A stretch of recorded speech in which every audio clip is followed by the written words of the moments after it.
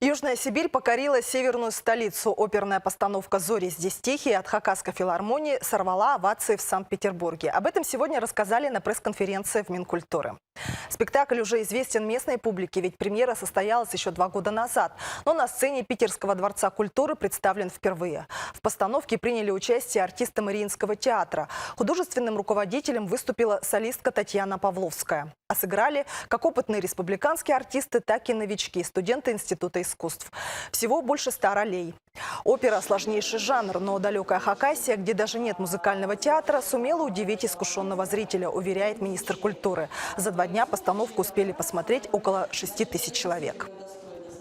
Тема патриотическая, она сегодня она всегда актуальна, но сегодня как никогда мы понимаем, что у нас сегодня и в России, и в мире, и где мы, и как, и где фашизм снова встает и защищает свою землю. Это наша сегодня задача номер 1.